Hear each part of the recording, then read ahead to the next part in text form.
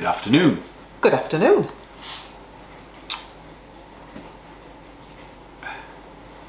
Okay, I'll start because you can't speak. No, you don't even know what to do, do you? Take two. Take two. Good afternoon. Good afternoon. Today we're gonna go through our holiday on the NC500 with Mrs. Slaw. We're going to show you how we planned it, or how Mrs. Slaw planned it, and the various things that that we had to do in order to go where we went. So we'll go from there, Mrs. Slaw. Okay, so we know that you've been enjoying the vlogs that Slaw put up. We've had some really nice comments on those, so thank you very much. And this is what you're wanting from us. You want us to tell you how we planned it and where we went in a bit of an overview, so that hopefully then when you break it down into the individual vlogs makes sense. So to tell you how we got to go to the NC500, we were going to the south of France. We'd booked to go take the motorhome down to the south of France, and we'd go down to a lovely campsite on the Côte d'Azur at Port Grimaud. Yeah. Dog friendly, on the beach, and we had it booked for May last year. Well, obviously, you know, COVID struck. We couldn't go in May, so we postponed it till September. And unfortunately, the nearer we got to September, the more restrictions came in, and it was against Foreign Office guidance to go out of the country. So although lots of people were still taking the motorhomes to France, we decided not to do that. No, we decided no, didn't we? Mm-hmm. So Slaw'd always wanted what to do. So I'd had my eye on the NC500. So a perfect opportunity. We thought, right, let's do it. So we decided we were going to do it, even when it got to a point where we sort of knew we weren't going to go to France. There was still a glimmer, but we decided no. Even if now we can, we won't. We'll put us heart and soul into doing this. So Mrs. Slaw packed away the lovely new bikini that she bought for Saint-Tropez and bought new waterproof trousers. And Slaw went and bought loads of sweaters and walking pants. Yeah. On coats, undercoat. So we started out, we didn't really know where to start looking. So we found that there was an NC500 website where you can actually pay to be members. We decided not to pay and to do our own thing. What we did find was a map, an NC500 map, but we found that really quite small and quite difficult to plan. So, top tip, you've probably all got sat-navs now, and don't use those big road atlases that you had in your car, so it's, you know, rolling around in the back of the car or in the boot. So get it out and cut it up. And here's one in true Blue Peter style I made earlier. Well done, Mrs. Slaw. I did help her. No, you didn't. I watched her. So this is a brilliant planning map, if you can see that. So I cut the pages out and sellotape them together to make a huge, big planning map. And so we'll talk you through that in a bit. But to show you the other planning that we did, we bought a couple of books. We bought the very highly recommended North Coast 500 Guide by Charles Tate. Excuse me. And we also bought the rough guide to the NC500. And we bought the Phillips Navigator Scotland map book. So we had all this information and we still didn't really know where to start. So we started looking on YouTube. YouTube? Yeah, which gave Slaw the idea to do these vlogs. Because we looked at lots of information on there that people had uploaded, and the majority of it was pretty. There were pretty photographs and nice music, but very little information. Yeah. We would recommend 2 other vloggers that we enjoyed watching on the NC500 that did give some information, and that's Travel Trolls and and Herman. So have a look at those because they do give information as well as pretty pictures and nice music. Yeah, we did look at those quite a bit, didn't we? Yeah. We got quite into those, but the others, not really. Not for what we were looking for. No, we wanted information. We wanted information on where to go, places to see, campsites to stop at, which is why in the vlogs that we've done, we've tried to give quite a bit of information and not just those pretty pictures and the music. So I started making notes of where to go and looking on the map about where we might like to go. We knew that there's very divided opinion about whether you go clockwise or anti-clockwise. Lots of people say go anti-clockwise, so that you do the east coast first and then spend your time coming down the west coast. The best coast. As it's said. As some say. Yep. So, but we decided to go around clockwise because we found that there was so much more that we wanted to do on the west coast. Also, for taking photographs, when you're going up the west coast, you're closest to the coastline. The passenger. Yeah, you're not taking pictures. Well, hopefully the drivers aren't taking photographs. Why not? But the passenger with the camera is not taking pictures across traffic. So we decided to go that way around, anti-clockwise. But so if you're coming from France and you're in a left hooker, go anti-clockwise. Yeah. Simple. So Mrs. Slaw decided to make a folder.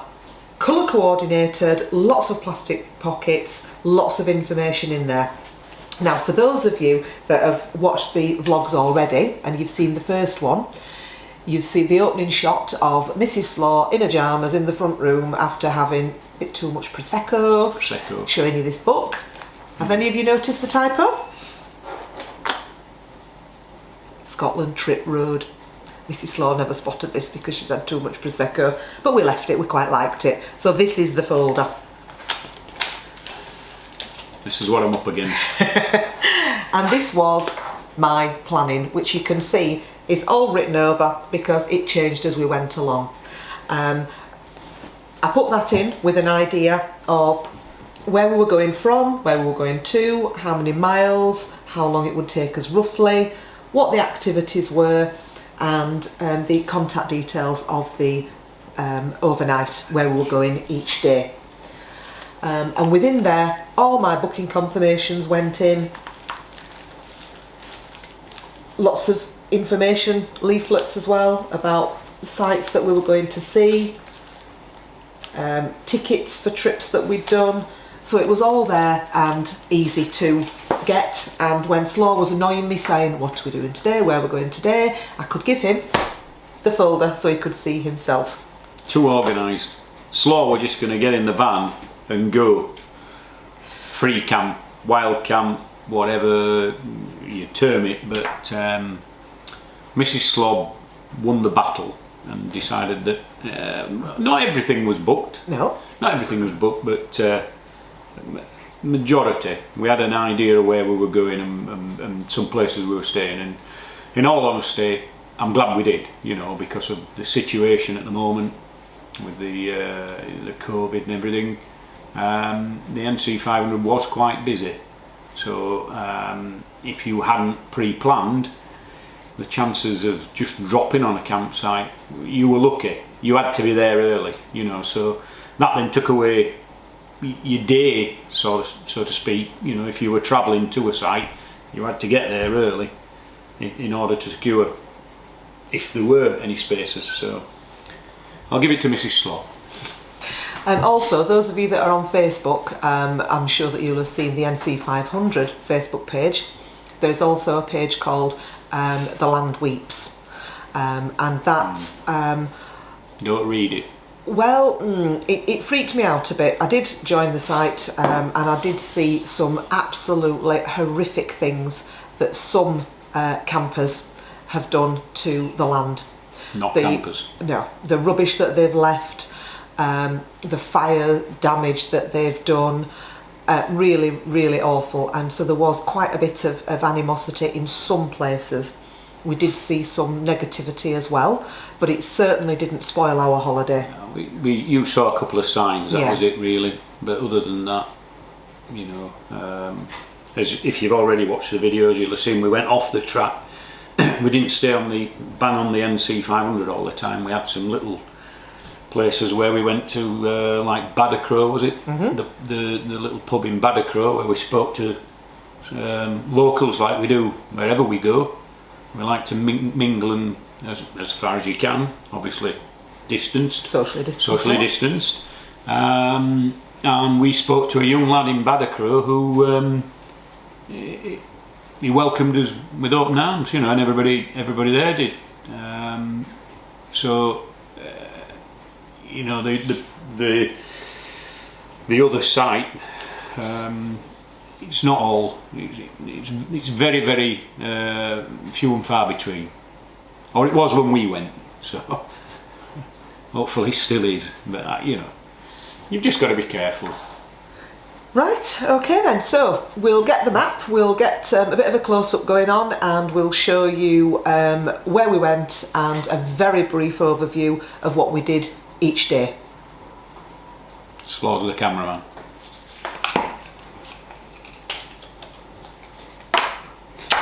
Right. So, day one, we left West Yorkshire. I'm going to start again because Slaw is fiddling with things and making noise. It's live. It's live and live. Stout. Finish what you're doing and then I'll start. You may start. That's the dishwasher, by the way. Well, this is not going on. No. Right, go. Day one, we left West Yorkshire and we drove up to Scotland. We did about 180 miles the first day, and we stayed at the Old Stables Inn and Restaurant in Badacro near Moffat. Phone ahead, they do motorhome stopover and you can book a table for your tea. There are some contractors staying there as well, but you know, that was absolutely fine. We always like car park. We always like to stay in the tap room with the locals, so that's where we ate. We ate underneath the dartboard, chatting away to all the locals and the contracted lads that were working up there. But it does have a very nice conservatory for meals, and most of the other motorhomes that were up there were in the... Yeah, they were all in the posh quarters. Yeah. We were in the back, in the tap room with the lads. That was lovely and quiet, really nice stopover, and we were off fairly early the next morning, day two. Day two took us up past Glasgow and Loch Lomond, and we went to Loch Ness. So we'll start now and we'll take you on the map, because that's where my big map starts, just below Loch Lomond. Day two, we left the old stables at Badacro and we head for Loch Ness. So this is Helga, and we came up to Glasgow and then up the side of Loch Lomond, up the A82, and we followed the A82 round on through Glencoe, which was absolutely stunning, and then up Loch Linney, still following the A82 to Fort William, still following the A82 past Loch Lochy and up to Fort Augustus. We had a stop off at Fort Augustus and we went for a cruise on the loch, which was great. We didn't see Nessie, but it was still good fun. And then from Fort Augustus, we didn't take the A82, we took the little road up the other side of the loch, the little yellow road here, to Loch Ness Shores campsite. It's a B862. Thank you. And this is the Caravan and Camping Club site at Foyers. Be aware that this little road, this is your first experience of single track roads and passing places.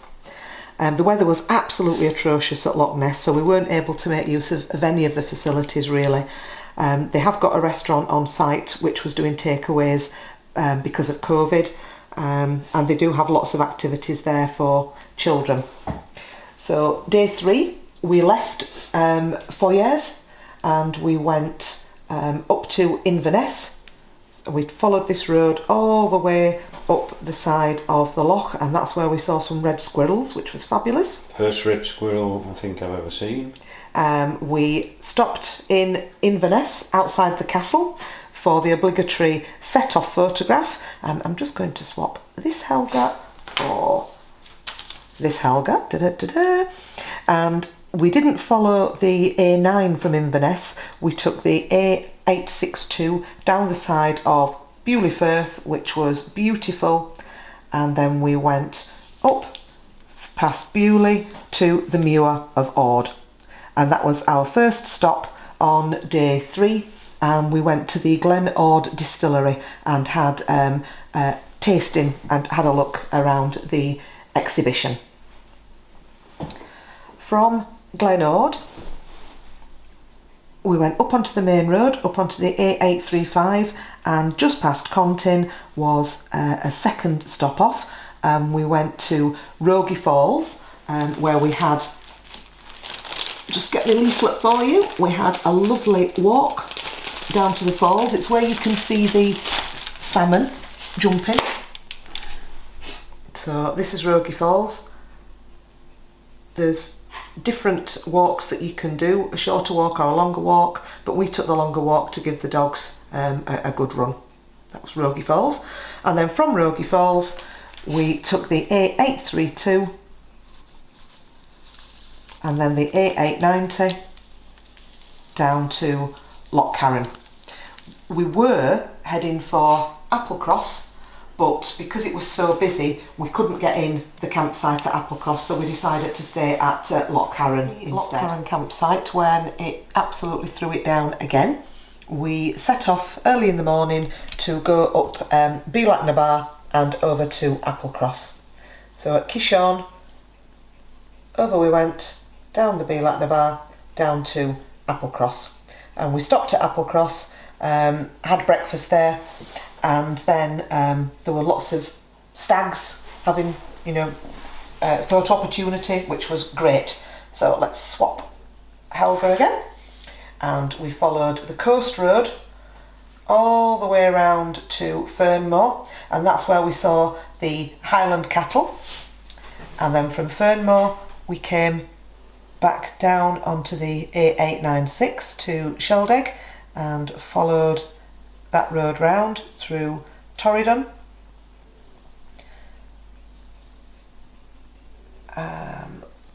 and to Kinlochew, and up the side of Loch Murray. And Helga's upside down for you now, so let's just spin around.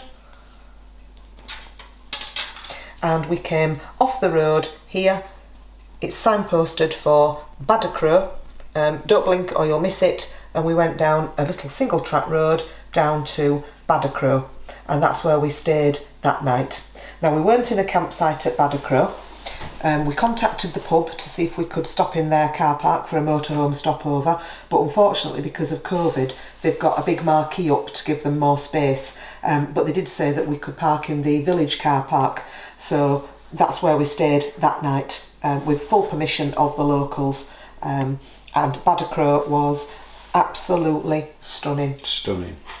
The Badacro Inn is right on the bay, and there were seals in the harbour that we were watching. We had a meal in the pub that night, which was really nice. I had the Westeros salmon, and Slaw, you had haggis, I do believe. Yeah, I think it was haggis. Very nice, yeah. The seals were great in the harbour, weren't they? Yeah, yeah. We walked up to the Badacro distillery. We had gin tasting.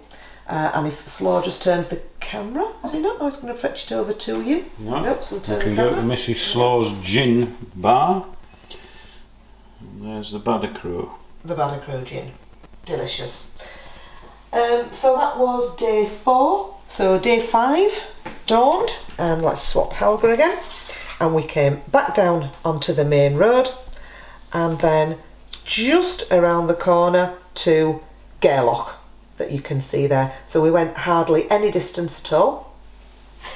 Gairloch, we had a glass-bottomed boat trip, which was really good fun, and we were really lucky to see a pod of about 30 dolphins in the bay when we were out on the boat. Awesome, absolutely awesome. Yeah, we were so lucky. And we didn't travel much further then from Gairloch. We carried back on the A832 round to Poolewe, and then we went off the beaten track again on another little single track road up past Inverness, up to a place called Firemore, and that was our stopover that night. Unfortunately, the campsite there hasn't opened this year due to COVID, but there is a big lay-by outside of the where the campsite would be, and it's only a field anyway when it is a campsite.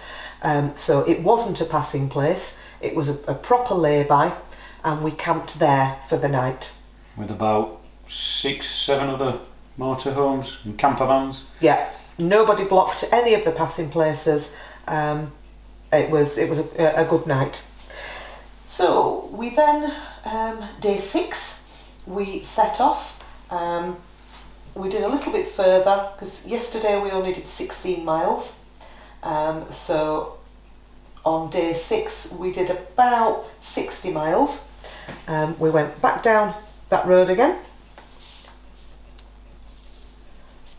and we followed this road round Greenard Bay and around here, the A832, down to the first activity for the day, which is Corrie-Shallock Gorge. Corrie-Shallock Gorge was lovely. I'm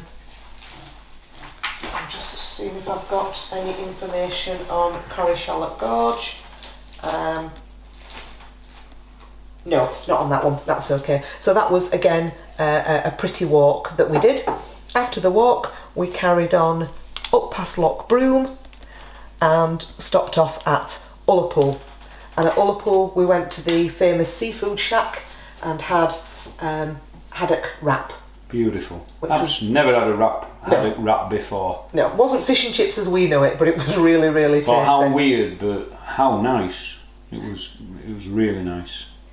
And after we'd had lunch, we just went a little bit further up to Ardmere Point, and we stayed the night at Ardmere Point.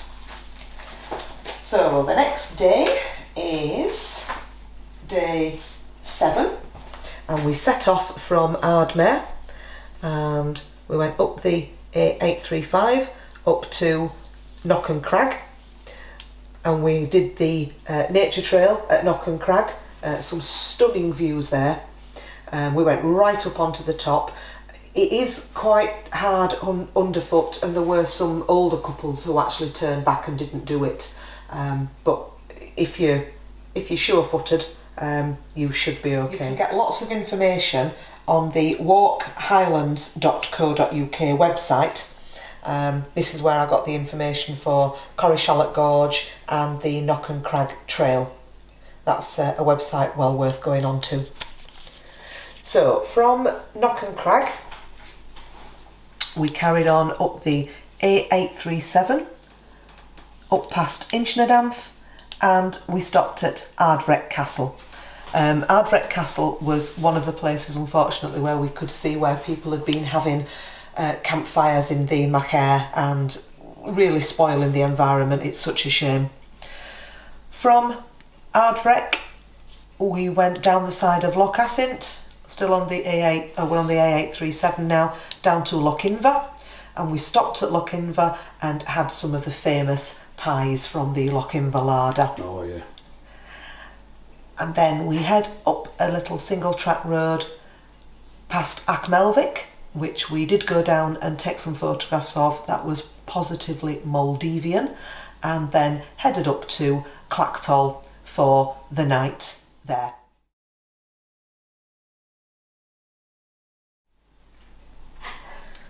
So day 8 dawned, we left Clacton and we carried on round the B869 on the Drumbeg Road.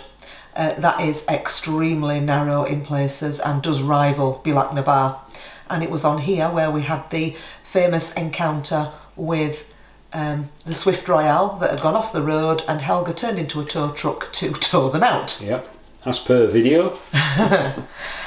We head on back onto the A894 and we called at the Kylesku Hotel for lunch, and that was absolutely delicious. Just swapped my Helgas. On the side of a loch, and there were some kayakers going out, and it was just idyllic, wasn't it? Yeah. And then we flew the drone as well up there. From Kylesku we went on up the road, the A894, up to Scory, and Scory was the campsite for day 8. So after Scory, day 9, this was Slaw's entertainment for the day. So we went up the A894 and head off on the, can you see what road that is for? That is the B801. Okay, and we followed the B801 down past Kinlochbothy and right out as far as the road goes to Chagra. And Slaw's going to tell you how beautiful Chagra is. Chagra is amazing. You get there and it's you pull up to a gate. I think it was £5 for the night. Yeah, it's a and crofter's. You basically just go through into a field that runs up to a little bay. There's hardly any level parts on it, but it's just absolutely stunning. Just pick a place. The sheep are wandering. We just picked a place a little bit up, a little bit elevated, so we had a view down over the bay. I think it was probably the best day of our holiday, weather-wise. It was absolutely beautiful, wasn't it? Yeah, just a crofter's campsite. There's nothing there. You just pay your £5. Absolutely nothing. No amenities, no nothing. The only thing I think there were was bins on the way in. And a tap. But other than that, you're on your own. No, if you like photography, like I do, there was no light pollution there. It was pitch black on the night, on a night, so a great place to take photos. We just had a bit of the sea fret, which just took away from the photos a little bit. But if there's no sea fret, it'd be brilliant, absolutely brilliant. Okay, day 10, and we came back down the little road onto the A838 and up to Durness. So before we went to the Sango Sands Oasis campsite, we called at Cocoa Mountain and had hot chocolate. We walked down to Balnakeil Beach, and once we checked in at Sango Sands, we had a walk on to Smoo Cave. There is a pub on site at Sango Sands, and we were able to go in there. And they also were doing takeaway food, so we got takeaway food there. That night was really, really windy. Really windy. Day 11, this was a bit of a trek for us on day 11 because we decided not to stop anywhere else along the north coast, so we just drove all the way along. I just drove all the way along to Dunnet Bay, and at Dunnet Bay our trip for the day was to the Rock Rose Distillery, and if Slaw brings his camera up here, we've got the Rock Rose Navy Strength gin and the North Coast 500 gin that we got from that distillery. After we'd been to Dunnet Bay, we had a little bit further to drive along, and we went to John of Groats to the famous sign to have our pictures taken, and then we did a motorhome stopover and stayed in the car park at the Seaview Hotel and had a lovely meal there as well. Yeah, that was great as well. There were a lot of people stopping in the car park at John O'Groats, but I don't know, we just didn't favour it, so we booked in at this pub and it was great. They parked us over the road in a little cul-de-sac. Yeah. Very quiet. I think there were another 2 motorhomes came in that evening. Yeah. And we had a great meal in the pub, few beers. Brilliant. Definitely recommend. Okay, next day we went from John O'Groats up to Duncansby Head to look at the stacks. And that was windy. It was very windy. And after there we started the route south and we came down to Wick, where we got some supplies at the Tesco's. Carried on down, all the way down again. Drive, and we had a stop off at Dunrobin Castle. Unfortunately, the tide was in, so we couldn't get down onto the beach, and also you can't take dogs in the garden, so we couldn't do a right lot there. Then we had a little stop off at Lochfleet to look at the seals, but the tide was still in, so there was no seals to see. And then we went to the campsite, Gairloch Caravan and Camping Site, which is not a caravan and camping club site. We had a little walk around Gairloch that evening, trying to find a pub that allowed dogs in. Don't set me going. We finally found one and had a nice meal in that pub as well. I think one pub, there was only one pub that would allow in dogs the whole town. Yeah. So, day 13 we have completed, or we will have when we've gone all the way around, the NC500. That's completed. So then we travelled all the way down the A82, on the side of Loch Ness. all the way down, and we stayed at Fort William, and we stayed here at the Ben Nevis Holiday Park campsite, and we had a walk in the evening up to the Bannerby Locks and stayed for a meal in there as well. Lovely views over Ben Nevis mountain range from that campsite. Day 14 we had a little detour, so I'll just bring in the other Helga. We've got 2 Helgas. We've got 2 Helgas, and we had a little trip out along this road, the A830, to Glenfinnan, which is famous for the Harry Potter viaduct. And Slaw, moving the map on. Moving that because Mrs. Slaw's shadow on the... Oh, okay. We stopped at the Glenfinnan viaduct and Slaw got the drone up and got some cracking shots of the viaduct, which hopefully you've seen. After I'd paid for a licence to fly it, by who did I have to ring? Alistair. The local what was he? We don't know. We don't know what he was. Like the local lord. He was either the laird or the gamekeeper. Or a scammer, but it cost me £10. Right, but well worth it.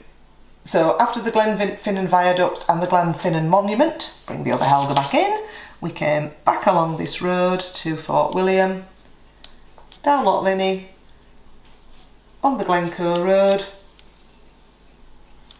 and down to Ardluey. And our campsite for the night there was the Loch Lomond campsite at Ardluey. Most expensive campsite of the trip, but the views from the pitch were stunning. We looked as though we were actually on the lake.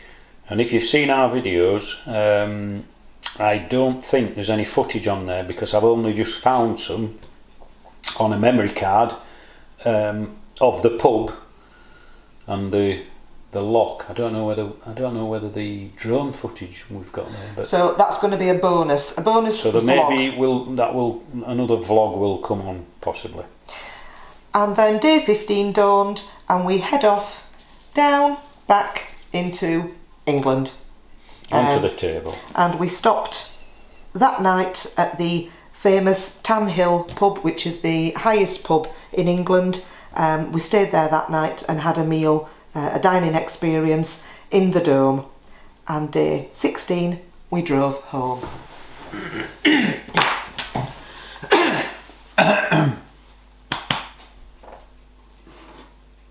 Cheers.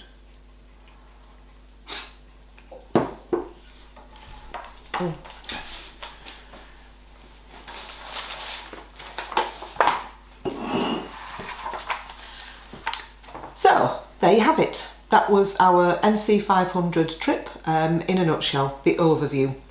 You've got all those other lovely vlogs to look at for more detail, but hopefully that just gives you the route.